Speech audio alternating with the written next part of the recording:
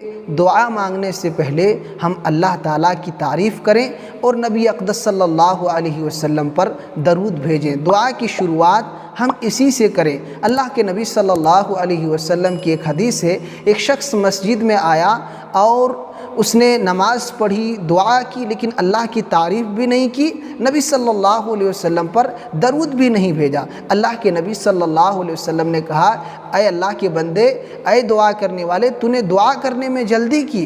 جب بھی تم دعا کرو تو پہلے اللہ کی تعریف کرو اور پھر مجھ پر درود بھیجو، اور اس کے بعد جو تم کو دعا کرنی ہے وہ دعا کرو۔ اس لیے جب بھی ہم دعا کی شروعات کریں پہلے اللہ تعالیٰ کی تعریف کریں، یا تو سورہ فاتحہ پڑھ لیں اور یا تو دوسرے الفاظ میں اللہ تعالیٰ کی بڑائی اور اس کی تعریف بیان کریں، پھر نبی صلی اللہ علیہ وسلم پر درود بھیجیں، درود ابراہیمی پڑھیں۔ اس کے بعد آپ کو جو دعائیں کرنی ہیں اللہ تعالیٰ سے وہ خیر اور سعادتیں آپ مانگ لیا کریں۔